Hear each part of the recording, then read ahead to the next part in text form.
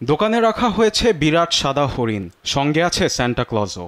দেখতে ভিড় জমাচ্ছেন ক্রেতারা, কেউ কেউ আবার প্রিয়জনের সঙ্গে তুলছেন ছবিও। বড়দিন চলে গেলেও উৎসব আমেজ এখনও কাটেনি তেহরানবাসীর।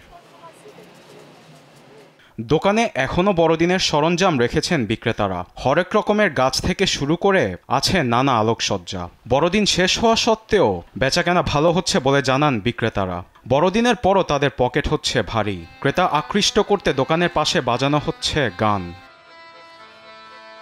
খ্রিস্টানদের পাশাপাশি মুসলিমরাও অংশ নিয়েছে উৎসবে। বিশ্বের সহিংসতা ও সাম্প্রদায়িকতা বন্ধ করে ভ্রাতৃত্ববোধ নিয়ে একে অপরের পাশে থাকার আশা জানান সবাই।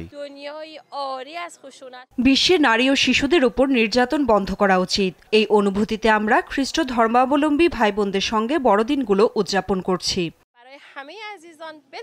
নড়বড়ে অর্থনীতি ও একাধিক নিষেধাজ্ঞাতেও থেমে নেই ইরানিরা। তবে মুসলিম বিশ্বের যুদ্ধের প্রভাব পড়েছে তাদের অন্তরেও। সামনের বছর মুসলিম বিশ্বের জন্য ভালো সময় আসবে, এমনটাই প্রত্যাশা তাদের। এবছর আমাদের জন্য কষ্টকর গিয়েছে। অন্যান্য মুসলিম দেশের মতোই ইরানেও অনেক সমস্যা আছে। তবে সামনের বছর সমস্যাগুলো কাটিয়ে উঠতে পারলে আমরা একসঙ্গে খুশিতে থাকতে পারবো। ইরানে বড়দিন আনুষ্ঠানিকভাবে উদযাপন না হলেও অসাম্প্রদায়িকতা বজায় রাখতে খ্রিস্টানদের পাশে থাকছে মুসলিমরা। বড়দিন শেষ হলেও এখনও চলছে বড়দিন উদযাপন। সবার কামনা সামনের বছর পুরো বিশ্বে আসবে শান্তি। আরবিদ আফসার, নিউজ ডেস্ক, দেশ টিভি।